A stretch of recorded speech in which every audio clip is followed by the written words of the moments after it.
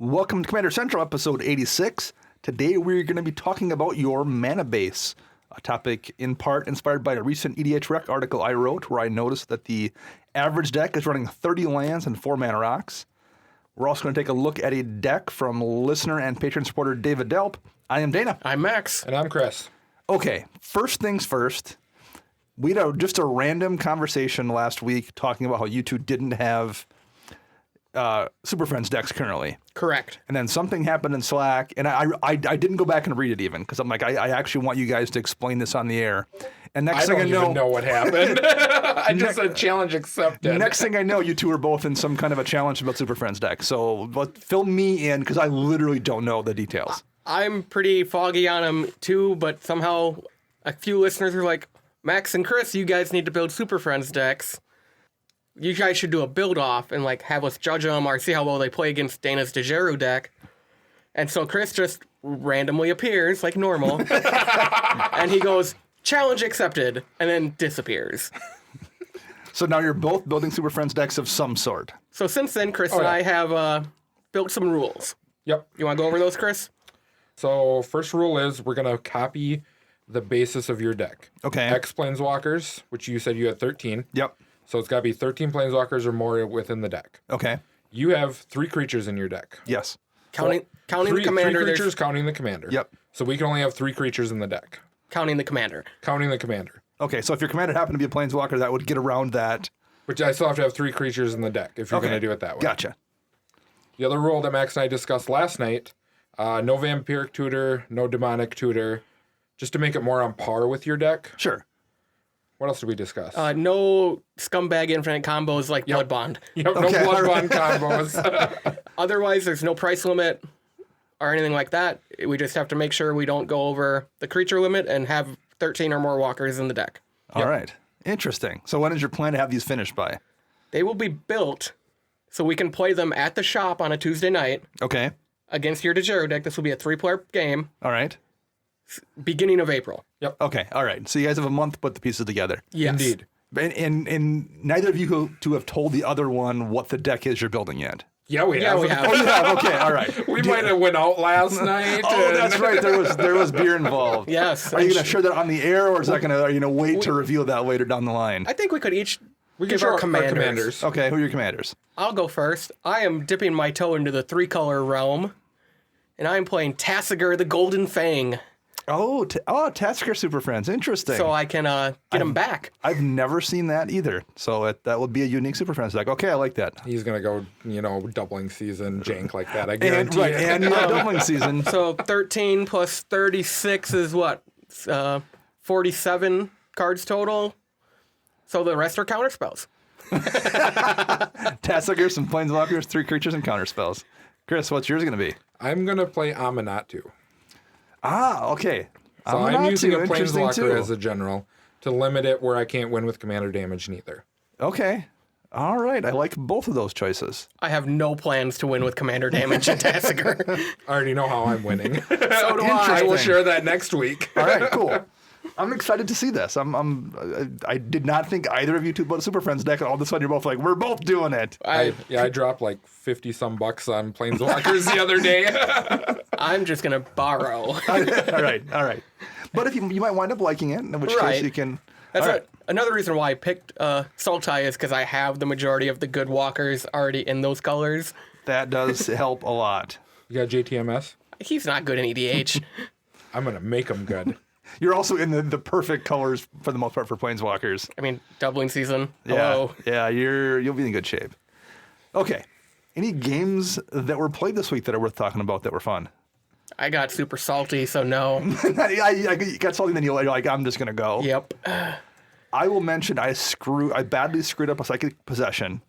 For those that don't know, it's an enchantment that comes into play, and it's basically almost like a curse. And the person you cast the enchantment on, whenever they draw a card, you draw a card. The downfall is you skip your draw You step. skip your draw step. So if you cast it on the person, to your left, you just draw on their draw step. I mean, there's not a lot of downside to it. You're always going to get it on someone's draw step. But if you have somebody who's drawing a ton of cards, well, then you're going to draw, even more. So I cast it on the moment of Vig. So I screwed this up in 2 ways. I casted the Momor Vig player, assuming he was going to be doing Momor Vig things and drawing the cards off of casting. There's a blue creature, you draw a card, and the green one you put on top of your library, whatever the sequence is, except for you don't draw the card. You put it in your hand. It's not actually a draw effect.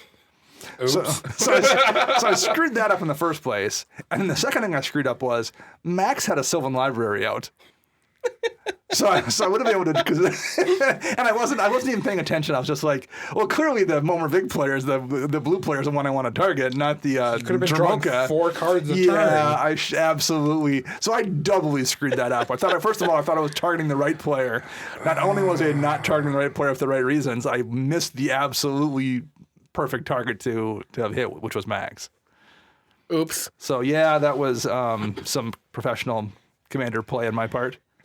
I pulled out 2 really stupid wins, and the same thing happened in both games where I got ignored because 2 other people were kind of like popping off, and so they ignored me. And in one of the games was with my Recce deck.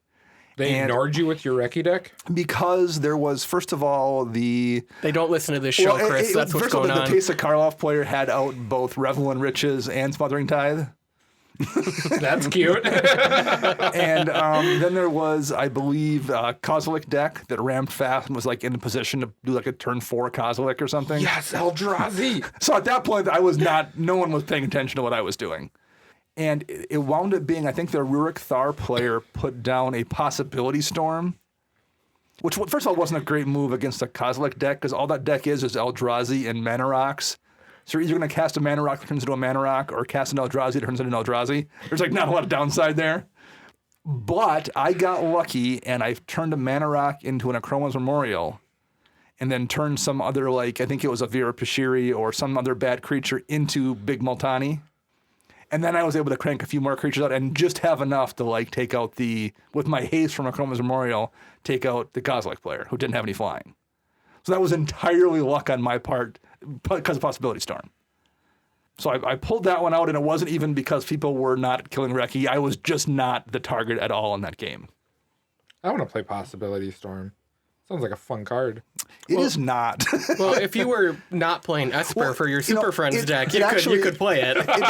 It makes sense in that Rurik Thar deck because Rurik Thar deals 6 damage to you for a non-creature spell, I believe, whenever someone casts a non-creature spell. Well, the way Possibility Storm is worded, you cast your spell, then put it on the bottom of your library and reveal cards on the top, and then cast that one again. So free. Yep. So then it turns a non-creature into 12 damage. So it makes sense he wasn't like just playing it for the chaos lulz. I do get it. He just shouldn't have played it at that point in time against the Kozilek deck because that's just not going to end well. And the other interesting game I had was against a Teysa. We had both Teysas, a Teysa of Karlov, and then I played my Teysa Envoy of Ghost deck. And I just happened 36 mana later. Well, I actually, and again, she didn't get the kill. I got the kill off a Spirit. It was down to me and one person because I was not the threat. I had a Spirit that I had made off her, and I had just happened to have enough equipment in hand that I could like suit up that Spirit with like 2 swords and a Grassled Exoskeleton, and swing in for poison damage with a Spirit token. So I will say this: I've won 2 games of the deck so far, and neither of them had anything to do with my commander. She may as well not have been there. Just playing it for the colors. I guess that wasn't the intent, but that's kind of what it's doing. So yeah, Orzhov equipment, Teysa Karlov not exactly getting the job done. I mean, in the big picture, your only other better choice for Orzhov Voltron is Karlov himself. Uncle Carl probably would be a better choice, maybe. But he draws a lot of hate. Who's the 12-mana vampire? the guy sitting on a throne. The guy sitting on the chair. Obsidat? No, although maybe you could do an Obsidat. I think Obsidat, because they blink out, they wouldn't be good for putting equipment on him. Right. I know who you're talking about, though. He's like 12 mana. Yeah. He's like less cool Aloro. Yes. So, that deck may not last long, but I'll play it for a few more weeks and see if maybe I can figure out the right sequence of things with it. I finally got Guardian Project into play. Not that I thought it was going to be a bad card, but that was a great card in that deck. That's the one where you draw a card when you play a non-token creature that doesn't share the name of the creature in your graveyard. Gotcha. In Mind's Dilation, it's one of those enchantments. It's from the Shadows over Innistrad block, I forget which one of the two sets it's in. Is that the mill one? That's the 5, it's 5 blue, an enchantment, and whenever an opponent casts their first spell each turn, that player exiles the top card of their library, and if it's an online card, you can cast it without paying its mana cost. Nice. So basically you get a free spell for everybody every time they cast their first spell, on any turn, too. So if they cast instants, you get to proc it. It's one of those cards where I'm like, well, I know it's going to be effective, but it's also 7 mana, and I tend to avoid those kind of, like, just huge bomb cards with that, because it's just so much mana to get out. But it's sat in play for, I think, 3 times around the board and generated so much value. Wow. So if it sticks, it's fantastic. And then a Hex Parasite came down in a Hirobi Death's Whale game, which Chris just mentioned Hex Parasite last week. But Hirobi is whenever a creature gets targeted. First of all, it was a bad game for Hirobi because like there was a Boros equipment deck. And, like, like it was a bad combination for Hirobi. But that Hex Parasite, in addition to just being a great card, you can just say, I'll target your creature for 0 with Hex Parasite and kill it. The only reason I stayed in that game as long as I did was I was playing my Glissa deck, and I tutored up Tetsumak, the black dinosaur that lets you target creatures if he's in your hand. And I was able to use Hirobi's ability to kill Hirobi whenever he came out for a couple turns. So he after the first time it happened, he's like, oh, I can't play my commander now because you can just kill him on your turn from your hand. Oh, that's pretty funny. So if you want to tell us some cool stories or fill us in on your own personal Super Friends deck so Chris and Max can get some ideas, how would you find us online, gentlemen? You can find us online. Well, how about just online in general? Because we're on the interwebs. We're always on the interwebs. Like we were talking about last night, because we're on the internet now. Yeah. You can search commandercentral.com. You can find us on YouTube, where we have most of our content. I don't do anything on YouTube. I don't know if you two do. I reply to comments on YouTube. I don't even get notification that there's comments. So. They go to our email. Oh, okay. Well, you can search that by searching CMDR Central. You can find us on Facebook by searching CMDR Central, and I know that Mac's been doing a lot on Facebook lately, so we've been more active there. And you can also find us on Twitter at CMDR Central, where we're pretty much mainly active. That's where our primary activity is for the most part, or our Slack server, which you can be a part of if you're a Patreon supporter. Yeah, head over to patreon.com/CMDR Central and show us some love. $2 a month gets you into our Slack, gets to talk with us, Chris every now and then when he shows up randomly. Chris has been showing up more and more frequently lately. I think he's starting to... A Coors Light gets him in the mood to talk. I guess. He was drinking last night and had to pop in. But, we have some deck brewing channels. We have a lot of areas just to talk about everything from EDH to Modern to Legacy to Standard. And general BS, as it was for most of today. The deck brewing channel was very useful to me. I was working on my Crash Fling deck, and I was at 104 cards, and I linked it in the deck and had some conversations to what cuts to make, and then I was at 109. So that wasn't the right direction to move at all. So thanks for everyone for helping with me brew my deck, because now I'm much further away from having it done. We do have a new Patreon supporter this week. We want to give a shout out to Chris Dorson. So thank you for supporting us on Patreon, and hope to play some games with you in some upcoming Magic Fest we'll be attending. Absolutely.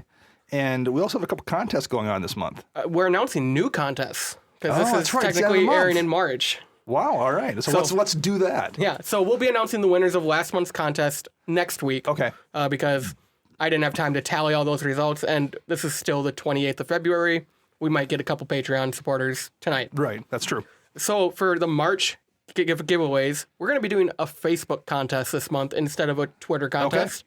Okay. So we are going to be giving away a stack of Plane Chase plane cards, like the planes. Oh, not because we talked a few weeks back about doing Plane Chase EDH, which is a lot of fun. Yes, it is not a complete set. This is from Dana's Collection Adventures, so I think there's like 8 or 10 of them, but it is not every single one. But it's a start for getting a stack of planes going for playing Plane Chase EDH. Yep. So we'll be doing the similar thing. We'll post it weekly on Facebook. A like, a comment, and a share will get you entered into that drawing. Yeah, excellent. For Patreon, we are going to be giving away a sealed Commander 16 Yidris Precon. Oh, nice. Donated by a friend of the show, Lucas Filipak.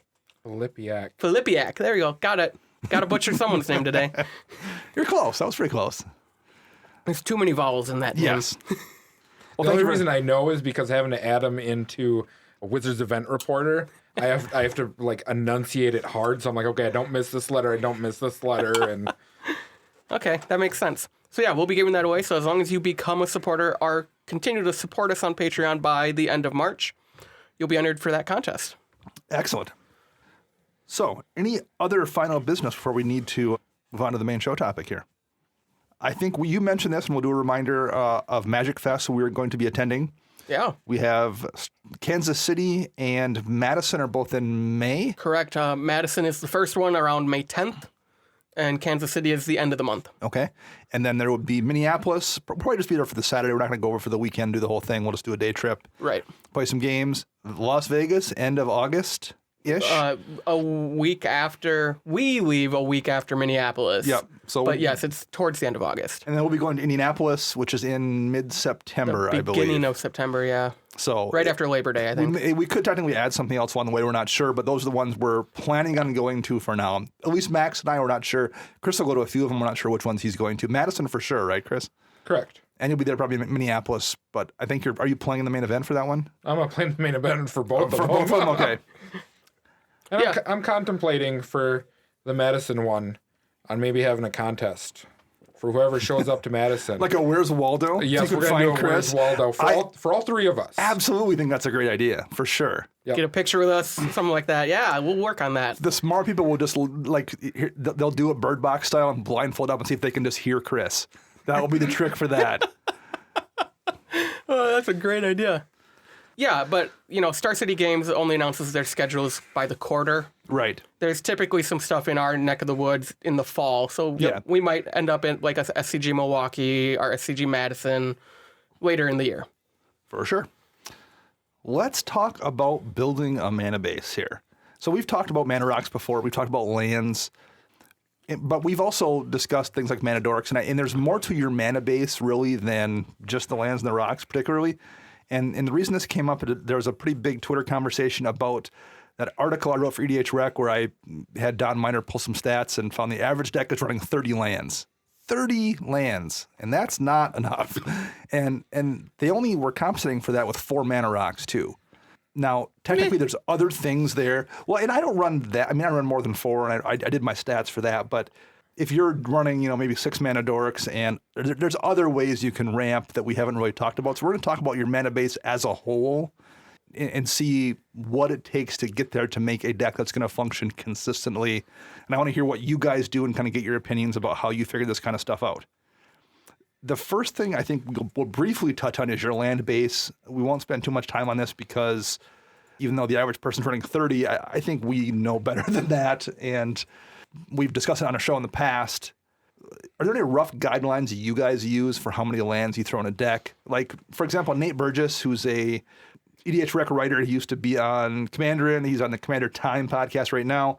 Nate actually has a formula he wrote, and I'll quick mention his formula. It's the number of lands, which is, he starts with 31, plus the amount of colors in the commander's color identity, plus the commander's CMC, and 0 CMC rocks count as lands. So that's how many he runs. So if you are in a 3-color commander, that would be 3 onto that, and if it's a 5 CMC, you add 5 onto that. So that's he uses that formula. I don't use a formula, I just kind of do it by feel.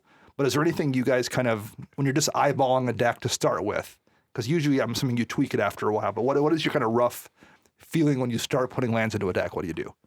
So I typically, since I play a lot of 2-color decks, I start with 36, and I do half of each basic, and then I filter out my duels and my utility lands as I put the rest of the cards into the deck, so I get a good idea of where my color curve needs to go. And have you have any decks that have fallen below 36 at this point? I have one deck that runs 33, I think, and that's Brago, but I run a lot of mana rocks in that deck. And it's got a pretty low curve on it as well. It's under 2.5 at this point. Chris, how about you? What's your kind of rough when you're just starting a deck in particular before you tune in? I take 35 cards and set them aside. So and those are lands. You're assuming you're going to have 30. So you're Yep. 35 slots to start with, at the very least. At the very least. And then you might tweak that based and on it's whatever. all going to based on how much card draws in the deck, Yeah. how many mana rocks I want to play, and the curve of the deck, like the CMC total. Sure. Like if I'm running, say I have nothing over 4 CMC, then you can cut that land base down. And that's kind of what I do. I start with 36 if it's a 1 or 2 color deck. I'll start with 37 in a 3-color deck, and I'll tweak based kind of on feel. Like I usually don't go through and count my mana, how many mana rocks do I have, but like once it's together, you can kind of eyeball it and say, oh, I put a ton of rocks in this deck, or I didn't put a ton of rocks in this deck. I'll run 1 or 2 more.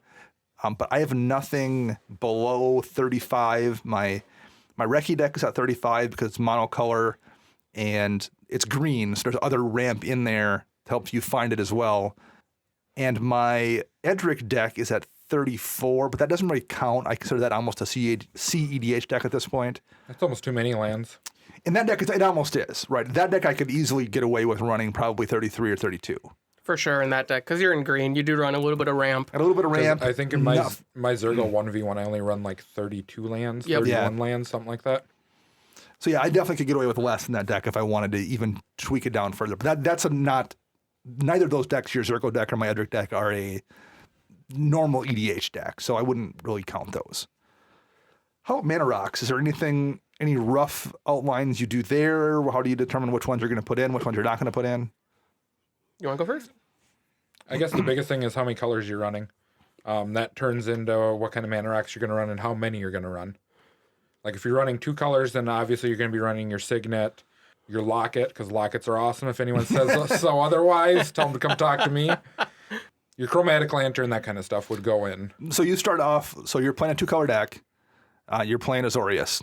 Right away, you're like, okay, I'm definitely going to throw in a Signet. I'm definitely going to throw in a Locket. Chris is going to quit the show today. If you're Max, right? You've suddenly become Max, and you're playing Azorius. Worst color ever. Soul Ring, presumably, you're going to start with. What other ones do you just kind of automatically start with?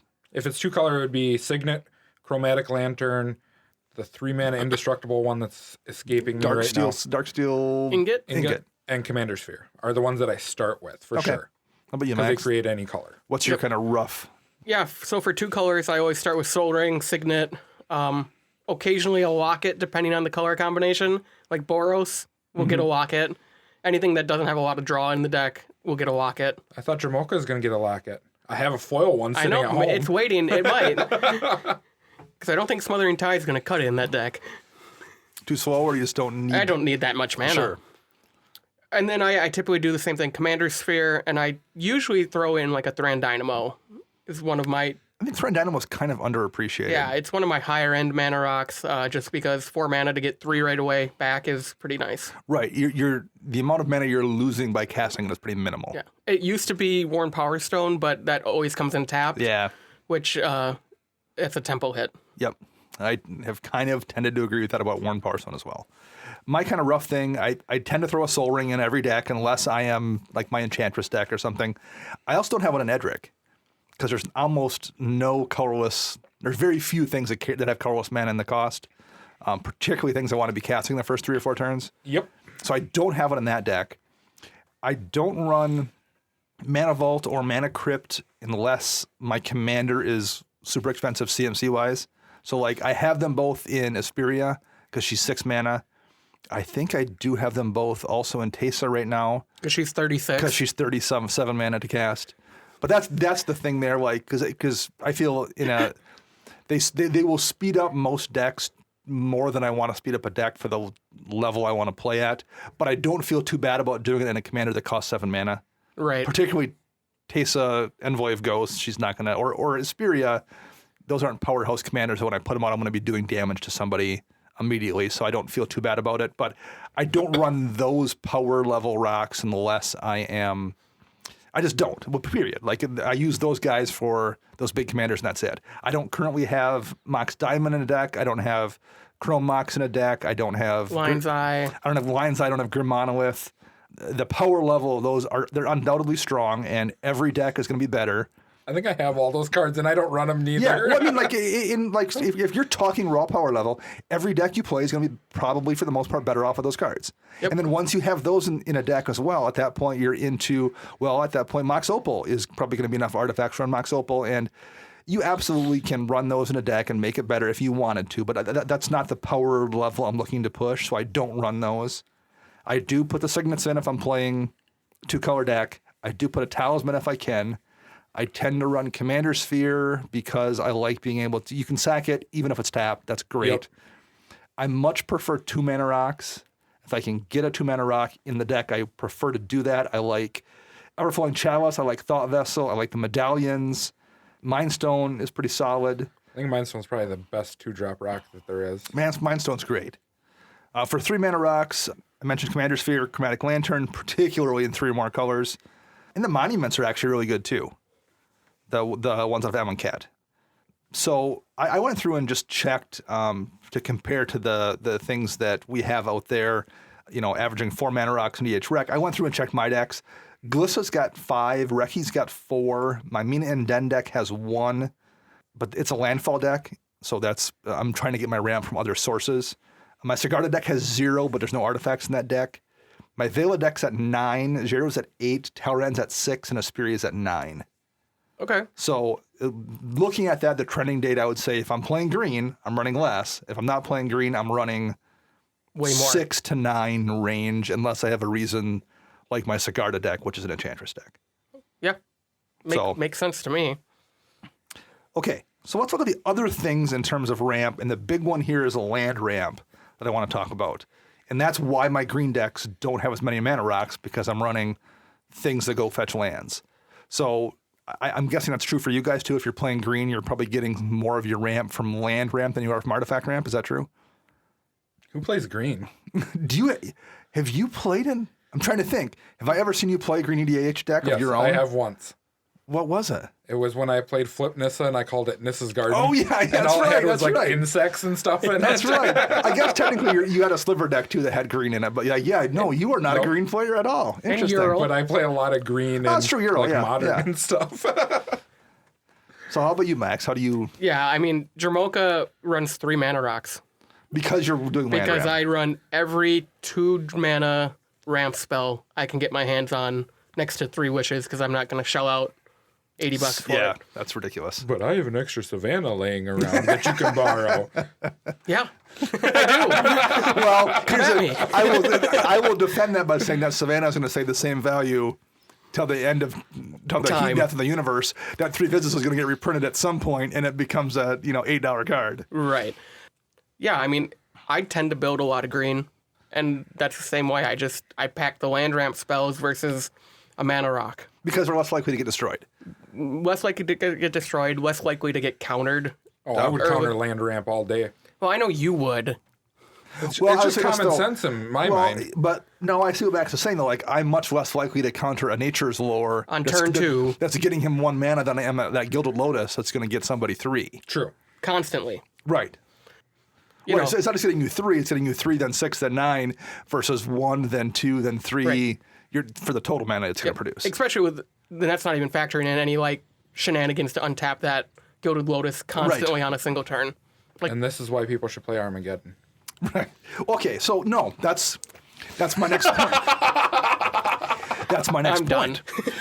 Here's my thought process here about my land ramp. I run land ramp, and I run usually 5 or 6 things maybe that do land ramp, but I intentionally don't run more than that. And here's the analogy I used with somebody on Twitter. Land ramp, I felt it's like speeding on the interstate. You can clock in your speedometer at 8 or 9 over and be okay, but at some point there's a speed that you hit where the police are going to respond. Yep. And if you, because I've seen those people talking about land ramp, but they mentioned artifacts too. They're like, oh yeah, I've got 14 pieces of land ramp in my deck, and I'm running 22 artifacts, and I can have 9 mana on turn 2 consistently. I don't doubt that you can do that. You can find those cards that will get you there. And then a Vandal Blast goes off. Or people have to respond. Then people have to be like, oh well, this guy's doing this consistently. I have to now run 6 cards in all my decks that can handle this, and it's going to warp what everyone else does around responding to that. Yep. Yeah, that's something I've actually gotten a lot better at in Jamocha. I used to just, cool, my opening hand has 2 mana and every ramp spell I want. Cool, by turn 3 I have 0 cards in hand because that Rampant Growth got me the 3rd land to cast Kodama's Reach, and then I play my land for turn, which then casts Nature's Lore, and... Well, also, then you're a target. It's not just the metagame. I was thinking in terms like the metagame where people have to say, okay, I need to run a ton of artifact sweepers and a ton of maybe, and then Armageddon's kind of things. But also, you're right, for that individual game, when you jump out that quickly, that much mana, you're then a target. Yep. You're a target with nothing in your hand to protect yourself. Right. So I do think all of this ramp, but land ramp in particular, is useful, but I tend to not want to, I don't want to put that bullseye on myself in a game.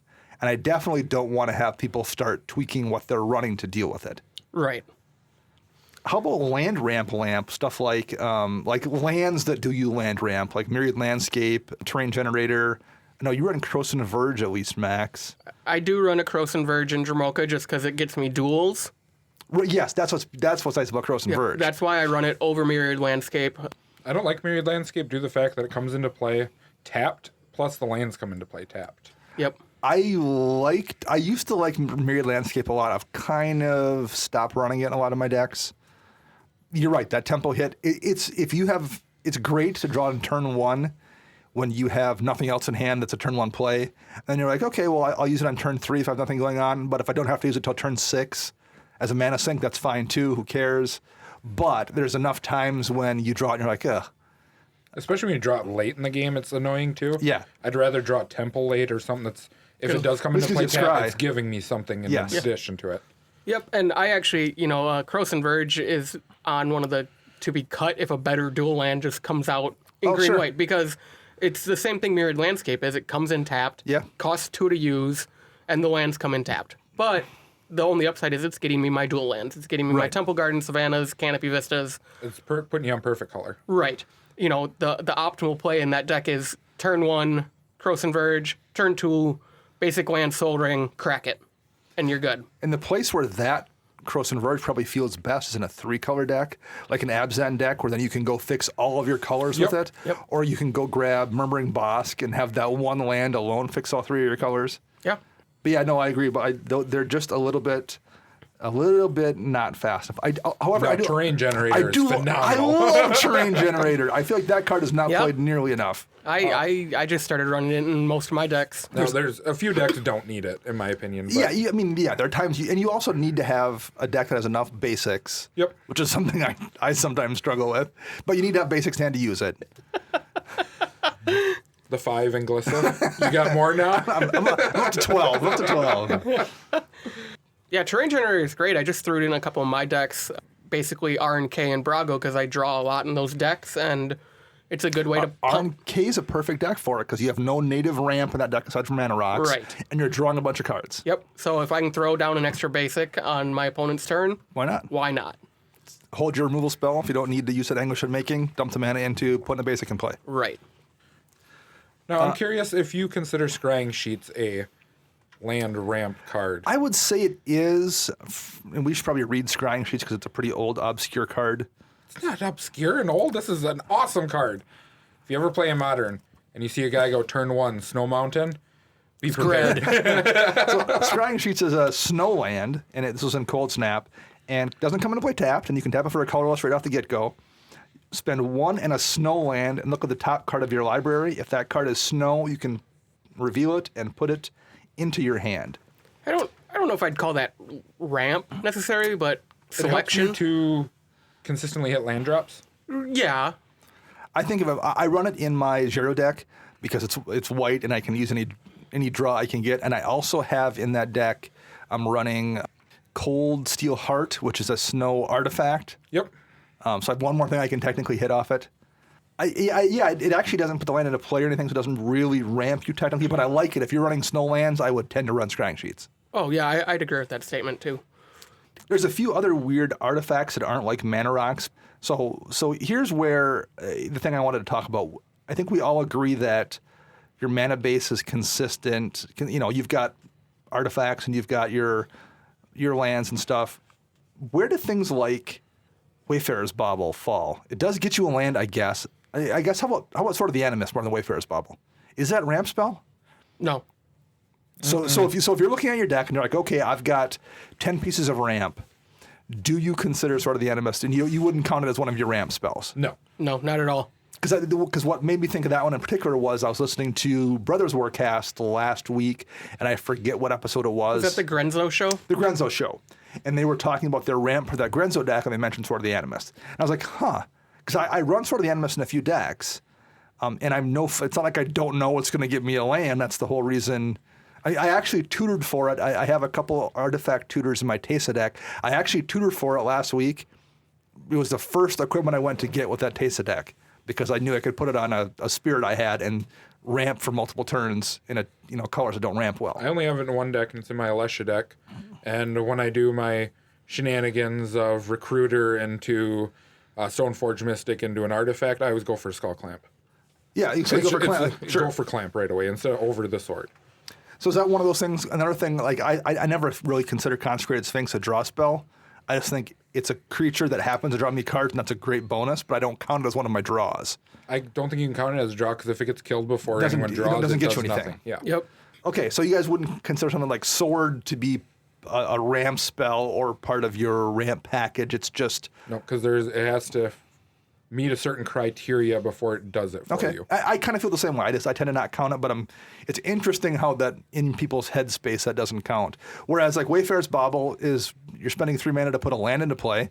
That is definitely ramp, but it's not a mana rock necessarily either. Yep. That is one I would count as a mana source when I'm like figuring out if I have enough ramp in a deck. I would count Wayfarer's Bauble. Right. So next we have mana dorks and creatures that get you land, whether it's like Llanowar Elves is the traditional one, because it just taps for mana, or Circular Tribe Elder, which goes and gets you a land. Yep. That is the greatest one ever. Block, sack, go for a land. So given a choice between those two things, whether it's a mana dork or because mana dorks are usually cheaper. Not always, but like you use Llanowar Elves is 1 mana, Birds of Paradise is 1 mana, whereas Circular Tribe Elder is 2. And you've got things like Wood Elves, it's 3, and Core Cartographer, I think, is 4. It's 4. But it's in white, so that's a different deal entirely. So what are your thoughts on mana dorks, first of all? Do you run many Max? I don't run a lot of them, so I run Birds of Paradise and Jamocha mainly just because it's a flying 1-drop. Sure. That gets me a mana. I used to run Court Cartographer and Brago just for the shenanigans. Because you can blanket and go get a land every time. And it gets your duels because it's just up plains. But the stuff like Sakura Tribe Elder and Wood Elves, I only really ran them when I had my Marin Clan of Neltoth deck because you could recur them, bring them back. I mean, they're good cards. They're really good cards for the introductory player, but I think there is just better uses of that mana, especially in green. Sure. That's just my opinion. I know someone's going to tell me I'm wrong. I feel like with those... Chris is going to tell me I'm wrong. Well, how about you, Chris? Mana dorks versus ones that fetch mana.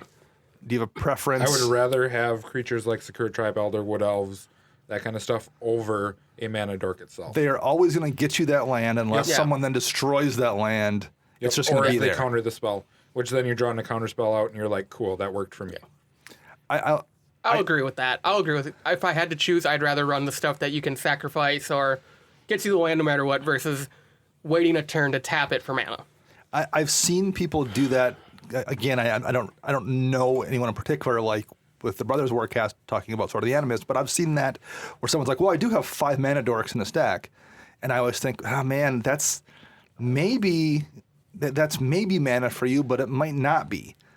Like if someone drops that turn, because last week actually I popped a turn 3 Toxic Deluge because someone had kicked off with like a couple mana dorks and something else, and I dropped Deluge on turn 3. Someone drops a Deluge on turn 3, you've accomplished nothing with those mana dorks for the most part. The way I look at mana dorks, to me, they're considered maybe half a land if you were to consider them as a land type of drop, because they take a turn to come out, do it. Can't do anything right away for the most part. And then they die very easily because there is no really big mana dork except for like Elvish Aberration or something like that. But the mana cost on him is stupid. Right. So.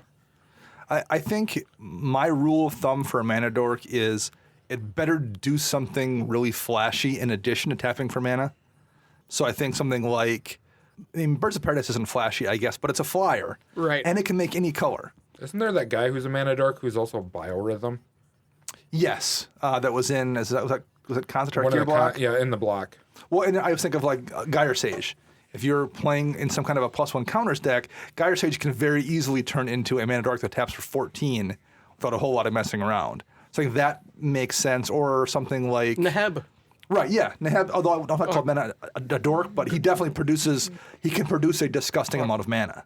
Grand Warlord Rada would probably be a better one to talk perfect. about. Lotus Cobra. Lotus Cobra. There we go. That's a perfect one as well. Lotus Cobra makes dumb amounts of mana in my Mina and Dan deck. And it makes any color, which really helps. Yes. So yeah, I guess the exception would be if I was playing an Elves deck where I had a bunch of Elvish lords that buff my elves, then Llanowar Elves is probably great in that deck because you don't care if you're dragging a turn 9 when you've got all elves getting +4/+4 or something. Yeah, I can't justify mana dorks in this format due to the simple fact that it's one-ofs. Yes. And you only have X amount of them, so then you got to start digging into really bad ones.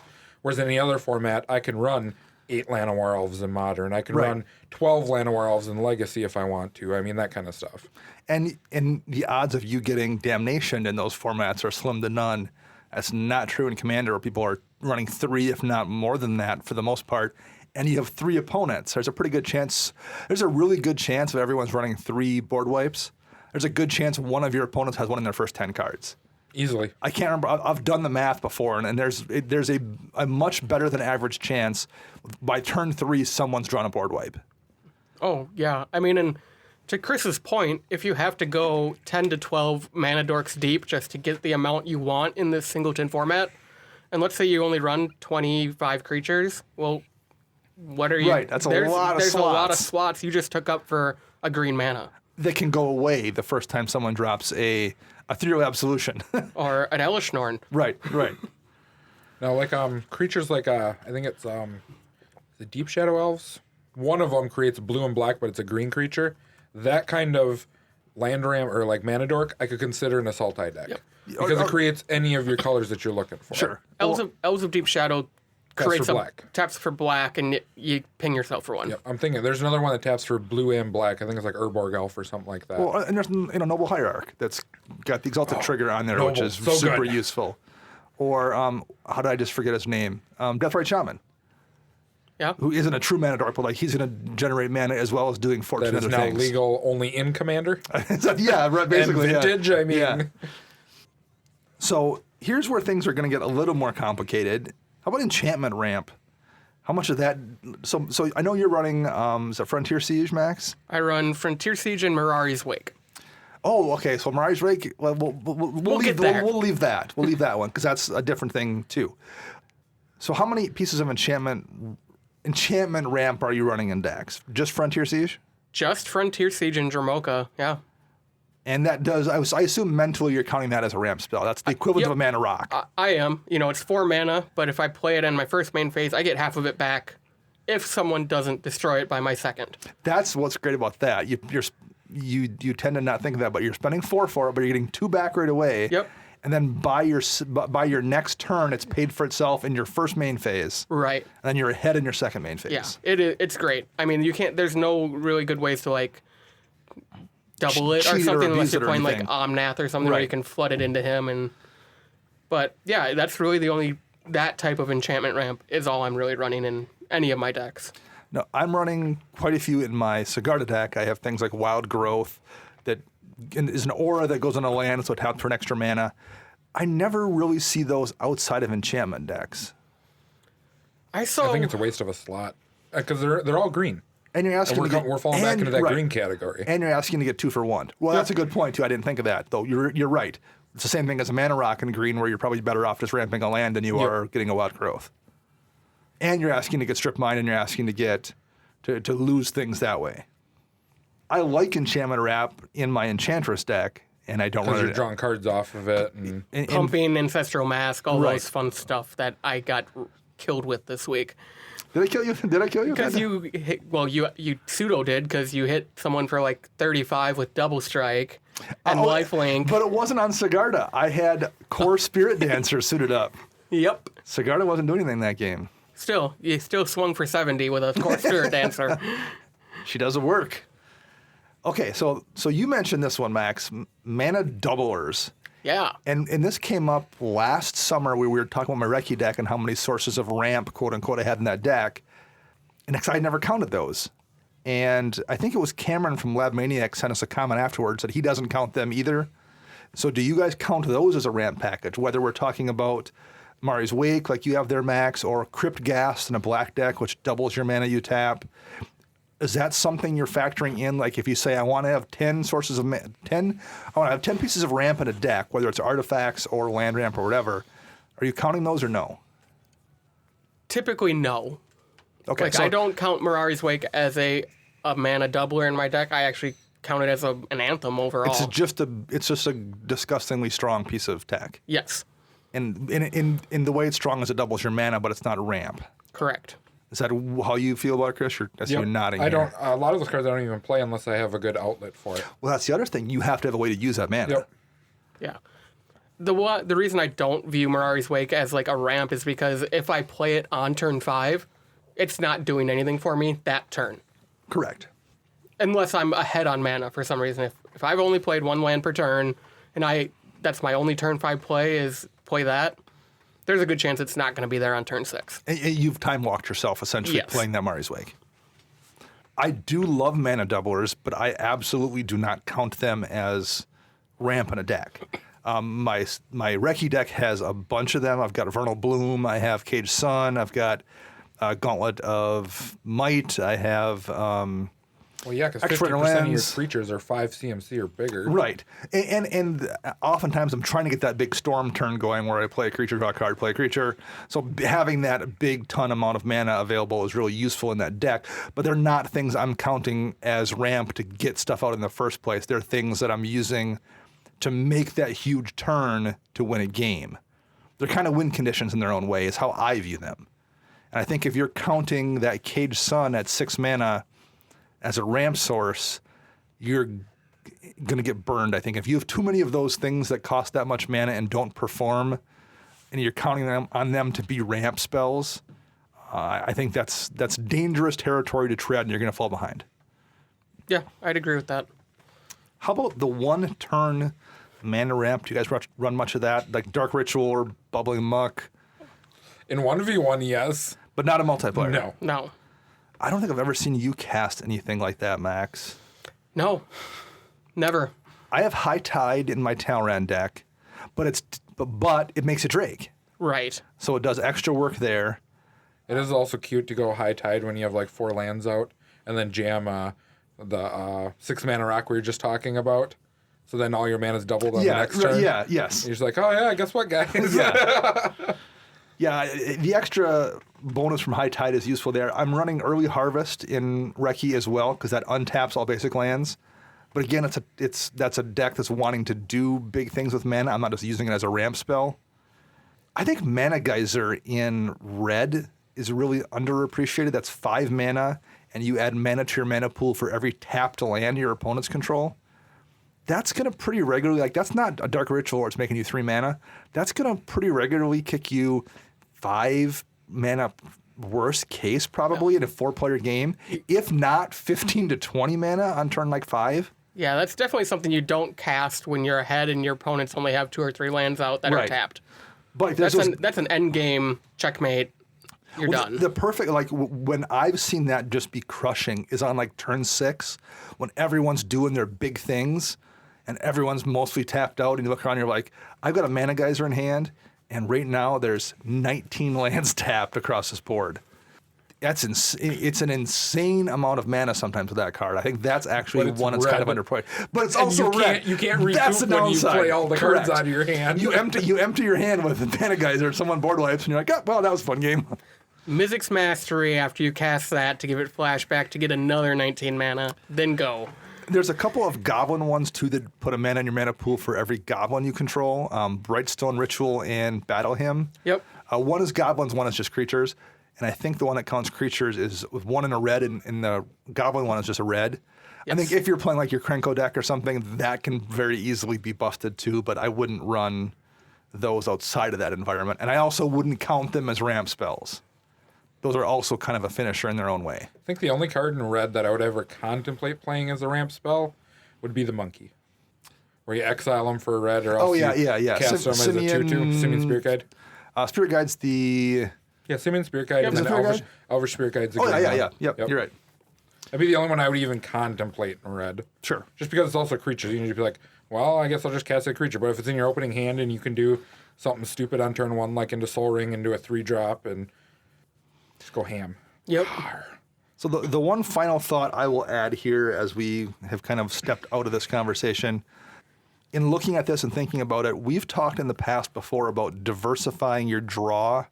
It's good to have Phyrexian Arena is a great card, and Deathly Ritual is a great card, but it's also good to have a spell that just draws you cards and have them at different CMCs. It's good to have that Night's Whisper to draw you 2 at 2 mana. But it's also good to have ones for 5 or 6 mana that draw you 5 or 6. Like having that good spread of repeatable draw and cheap draw and, ponder kind of effects where you dig down. Having a good variant of all that stuff is way better than running 7 different X draw spells in blue that all require 10 mana to be good. I think I would say the same thing about your land base is true here. I think it's the more you can diversify what you're using for a mana base in your deck, the better off you are. I think if you can have a couple rocks and have a couple land ramp things and have a couple of, creatures that might come in and get you land and have a couple of doublers if your deck supports that. I think the more you can spread that out, the more difficult it is for everyone to respond to it. So that's my one piece of advice from looking at a deck's mana base.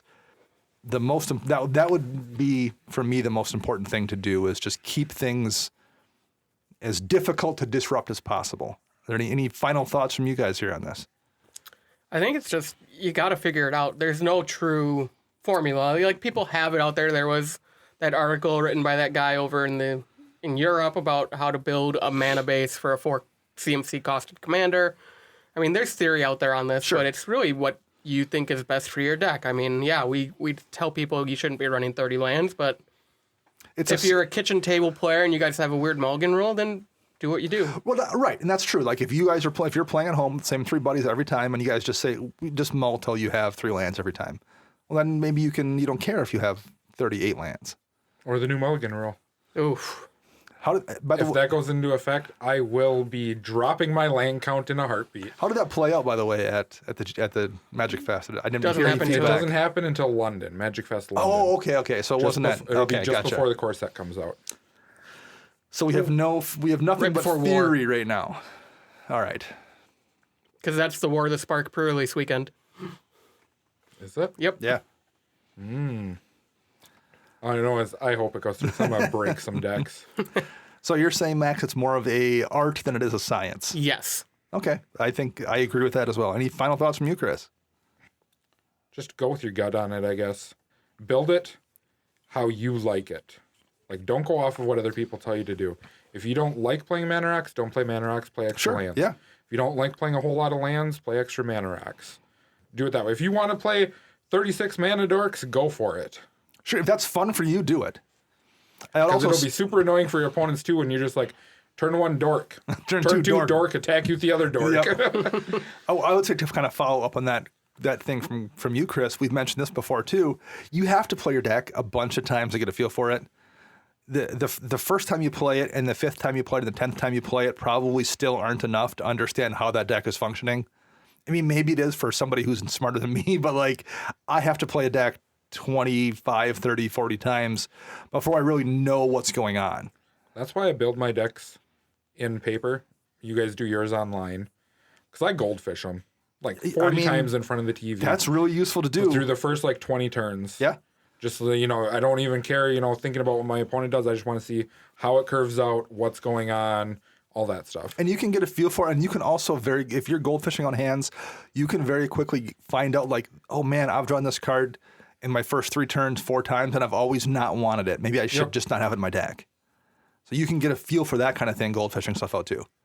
Yeah, just get reps in with your deck. That makes a huge difference, especially on your mana base.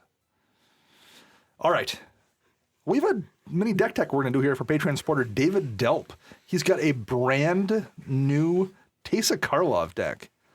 And Max, he wrote us in. You want to read what he wrote us? So it's a pretty streamlined deck already. He just kind of wants a rundown. It's pretty linear, so any suggestions we can make would be great, but he's pretty happy with the way it is already. Teysa Karlov. So I've seen a ton of Teysa Karlov already, and she's a good commander every game. I've always been impressed with how she's played so far. He is leaning here into the death triggers for the most part, it looks like. Yes. So any opening thoughts on this deck, Max? some more board wipes. I think Chris and I both said that off air here when we were looking at the deck. Right now, there is Merciless Eviction, Plague Wind, and Toxic Deluge. So he's got 3. Yes. I think I don't like the Merciless I Eviction. don't either. Okay, first of all, I love Merciless Eviction. Oh, I love it too. I just don't love it in this deck. And maybe in this case, he's like, well, my friend has this kind of deck. My friend has Super Friends deck, and I just set it to Planeswalkers every time. That could be the case. Or he's plays a bunch of artifact decks, and it's always just set to artifacts. But if that's at the that point, you could play Austere Command. right, exactly, or Cleansing Nova. Yep. And if you're running it just as an artifact sweeper, then maybe it doesn't count as a board wipe, in which case he only has 2 board wipes. True. So I think either way, I would either replace that with Austere or Cleansing Nova or add another board wipe. Yeah.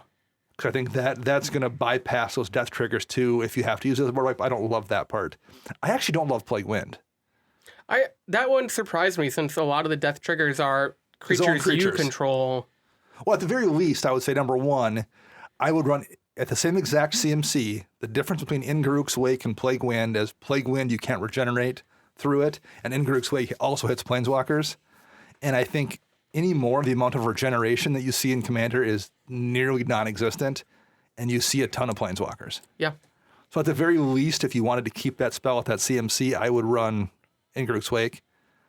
Or just run Decree of Pain if you're willing to spend that much mana on a board wipe. I would also much rather draw a gazillion cards off Decree of Pain.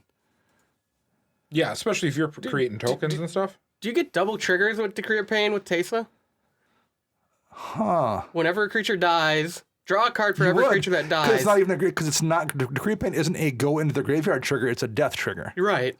Which is why it draws off a commander. So yes, you would. So you draw double the amount of cards. Yeah, so you should probably run Decree of Pain. I think someone's write us in and say, well, technically, so maybe we're mistaken there and we're not going to pause the show to look it up. We'll find out in the future. Someone will tell us. I believe you're correct. I believe you get double death triggers. Wrong. It would not be. So I believe you're correct. But even if you don't, I would still much rather draw the cards than I would save a few of my own creatures. But that might be me being greedy. Judging from the overall deck itself, it seems like price is not an object. There's a lot of shiny foils here. So, no Damnation, no Wrath of God. Your best board wipes in these colors. Get those WPN promos. Yeah, I mean, I still think I would be very tempted to run Austere or Cleansing Nova instead, just because the flexibility is so useful. But yeah, I mean, you could also put those in the deck for sure. I just feel like Merciless Eviction is not one I necessarily want.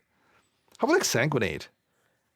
I'm torn on this. The more I kind of look through the deck, he does have a little bit of a divergent of a life gain strategy. He's running stuff like Cliffhaven Vampire, so whenever he gains life, opponent loses life, but he doesn't have a lot of life gain synergy. And I don't think there's any big mana producers in here. There's no Cabal Coffers. There's no like doublers.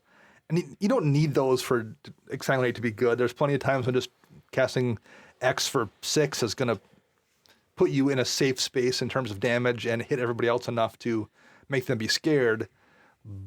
But I don't know. I feel like using that for your whole... I just don't know. It's a great card. I hate to tell people not to run it because it is a disgustingly strong commander card, but... I mean, Torment of Hellfire might be a little better because you're going to get death triggers. Absolutely. Elspeth Sun's Champion, I was not that she's, again, both Elspeths are really, really good cards. So as value pieces, I have no disagreements with them at all. They do make tokens. I just don't know if they do enough with what this deck wants to be doing. It's a board wipe. Yeah, I guess. Maybe that's what it is. Maybe it's a repeatable wipe, but... I think it's just making tokens. There is a token theme in this deck. There is a token sub-theme for sure. And at 6 mana, that's a lot for Elspeth, but making 3 tokens every turn... You have to deal with her. Well, and if you have your general, your tokens have Vigilance and Lifelink. Right, that's true. Oh, that's a good point. Yeah, no, that's true. That's good synergy. I really did like, you mentioned that it having the token sub-theme. I did like the fact that there's also Revel in Riches and Smothering Tithe as a combo here. That's like the non-dirty Blood Bond combo, I feel, the new one. Yeah. There is one big mana producer in this deck, and that's Black Market. Yes. So that for sure is where he's going to get the mana for Exsanguinate. Is one we could have mentioned on our show earlier, Black Market, too. Yeah. What is the new enchantment that turns tokens into angels? Divine Visitation. There we go. I feel like this is a deck that might want Divine Visitation. There's enough tokens stuff going on that making them into 4/4 angels might be worthwhile. Oh, for sure. Having that Bitter Blossom drop a 4/4 angel every turn, or having Elspeth drop you 3 angels every turn seems pretty good. Although I don't know what I would. Actually, the thing I might pull here, Black Market is so good though. Like in this deck, we're getting double triggers. It is, but you have to use it all that mana in the first main phase. You have to use it, right? You have to actually use it. Is actually the thing with Black Market does one of two things for me. I'm not saying this is what it does for everybody, but here's my Black Market experience. Either I have it in play and it doesn't make me enough mana to do anything with, or I have it in play and something happens and it makes me so much mana I can't spend it all. And it never does anything in between. Yeah, and for all you newbies who have never played Mana Burn era, you would pay the price for that back in the day. He's got a pretty good removal package here. Anguish Unmaking, Crush Contraband, Past Exile, Swords, Utter End. There's a Vindicate in here. And he's got some tutors to go get some different stuff. I think Black and White, I think, has the best removal package, just period. And he's running the stuff that I would be running for the most part. Crush Contraband gets me so bad because I think Return to Dust is so much better.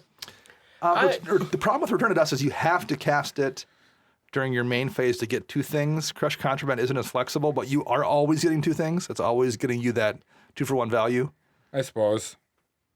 Yeah. And he does have enough other things that are great at single targeting, Anguish Unmaking, and Utter End that hit any targets at all. So I don't know if I necessarily would. Actually, where I would struggle here is not running both of them. That's a good point. But you're in Black and White, so you have Utter End and Anguish Unmaking and Vindicate and stuff like that. So that's a really good removal suite for sure. How about the creature package? What do you think of that? He has a lot of stuff that deals with the death triggers. You have your Blood Artists, your Grim Horse specs. That gives him value when stuff dies. He does have some stuff that gets creatures back, like Revelark. And what does Requiem Angel do? Oh, that gains him life. Oh, nope, that dies. Makes a token. Is Filigree familiar? Does that do enough, do you think, at 3 mana? ETBs gain 2 life. When it dies, you draw a card. So you're drawing 2 cards off the death trigger, but does the 2 life make enough of a difference, do you think, over Sad Robot for 1 more mana? Sad Robot gets you a land when it comes into play. I would much rather get the land than the 3 life. And then it's the same thing on the death trigger then. I mean, there's no Panharmonicon in this deck, so it's not like he's gaining 4 life when it ETBs. I think it's probably just based on the playstyle. I mean, if that life is important to trigger something like Regna the Redeemer. That's true. That 2 life makes a token. Yeah. And if he can bring it back with a Revelark or any type of graveyard recursion, yeah, it's probably worth it. Kukushko. Ugh. Disgusting in Teysa Karlov decks. Glad to see that's in here because that's been just ridiculous. I really like the Pawn of Ulamog inclusion in this deck. So it's whenever another non-token creature you control dies, make an 0/1 Eldrazi spawn creature that you can sacrifice for a colorless. Yeah, Pawn of Ulamog I ran in my original Teysa, whatever she was, the original Teysa deck. Orzhov Scion. Orzhov Scion, because I made a lot of tokens in that deck. And again, here, though, that's something else that would proc off of the Angel Maker, whose name I've again forgotten. Divine Visitation. Divine Visitation. But that's nothing that would make you Angels off Divine Visitation. So yeah, that's all the more reason to run that card, I think. Requiem Angel, which you mentioned, Max, makes you more tokens when something dies. 6 mana is a lot for that one. Like, I found I didn't love it when I was playing my Teysa Karlov deck, Teysa Orzhov Scion deck, because 6 mana felt like a lot. I felt like, for some reason, 5 mana for Ogre Slumlord felt a lot less difficult to get into play than the 6 mana for Requiem Angel. And there is not an Ogre Slumlord in this deck. So I that might just be a personal opinion thing. There's not a Grey Merchant in this deck either, which I find really odd. I just counted there's over 30 black pips on the permanents. Yeah. I mean... and even if you're just using it once, like, because it doesn't have the death trigger, it's an ETB trigger, right. But if you're using that as a sub-theme, yeah, Grey Merchant is just... Actually, I might prefer Grey Merchant over Exsanguinate. Yeah. If I had to choose between the two of them, I would run Grey Merchant. both are going to In this draw out deck. counter spells. So Right. And it's much easier to reuse Grave Merchant in this deck with some of the things that bring creatures back from the graveyard than it is to reuse Exsanguinate. Artifact packs, we're talking about ramp here, Gilded Lotus Mindstone, Orzhov Signet, Soul Ring, and that's really it there. I guess Ashen's Altar is mana, but I don't know if I'd call that part of the package. And Phyrexian Altar, though, I think those both fall into that. I wouldn't constitute them as ramp, but they do help with the death trigger stuff. This is very similar to my artifact ramp in Regna and Krav. I don't run a lot of it. I run the Soul Ring Signet and the sack outlets. I would. No Locket. I'm disappointed. I don't love Gilded Lotus anymore. I feel like 5 mana is a lot. I want to be doing things on that 5th turn that aren't casting a mana rock. I'd rather have Chromatic Lantern, probably. Yeah. Chromatic Lantern's going to fix your mana. And this land base is really good in general. I mean, it has enough basics. It has all the duels I'd be looking for. So in some cool utility lands. But that Chromatic Lantern for sure is always going to fix your mana. Mm-hmm. Yeah, I just don't love spending that much on a rock. Nihil Spellbomb is a graveyard hitter that also draws you cards. I like that here because you always need to have a little bit of graveyard hate. Hashtag graveyard hate. Absolutely. And there's no scavenger grounds here. So I think that could be, I would probably change that. There's a Bazooka Bog, though. I'm always glad to see Bazooka Bog in a deck as well. But I would probably running a scavenger grounds in addition to that. Other than that, this looks like a pretty tight deck. Yeah, it looks really tight. It'll be fun to try to pilot. This feels very much like what you would expect to see a 75% Teysa Karlov deck look like. Yeah, there are very, very few changes I'd make. Yeah, and it doesn't feel like it's a lot. Like there's Grave Pact kind of effects and there's edicts and stuff in here, but it's also not a deck that feels like it probably soft locks very easily. Like it's just running them in a fair way, I think. Yep, and even if you do somehow put together that soft lock, there's enough win cons in this deck where you're not dragging that game out for 2 hours. And you're not playing counter spells. It's like in these color combinations, let's say you have Bitter Blossom out, making you a token that you can sacrifice at will to Ashen's Altar, and you have a Grave Pact out. You can clean creatures off the board at will for the most part, but someone destroys a removal spell and they stop that from happening. Like even if you do get the soft lock going, people can disrupt it because you have no way to stop the disruption. So that feels fair to me, even if you happen to have the perfect thing going on. I think you're fine. It's got to feel real good when you go to flip Westvale Abbey and force everyone to sack 5 creatures. Yes, for sure. And then turn your... Or 10. And then if that triggers. Right, yeah. Right? Luckily, Ormondal is not a creature, so he wouldn't be turned into a 4/4 angel by your... So... Yeah, I like the deck a lot. I hope we get to play against a couple of these deck tech decks at an upcoming Magic Fest this year. Yeah. That would be something to really look forward to, assuming you can actually find us, the GP. Maybe we'll have to figure out to cosplay so you don't even know it's us. Right. They'll still hear Chris laughing across the building and be able to I'll find probably be him. wearing my bright green jersey, too, so you'll be able to see me all the way across the convention center. Chris will be the guy with the baseball cap with the fish hook in it. Yep. It'll be an easy one to spot at a GP. You kind of stand out for the most part. Well, thank you very much for your support there, David. We appreciate it. Thanks for everyone who supports us and listens. We will be back next week. Until then, I'm Dana. I'm Max. And I'm Chris.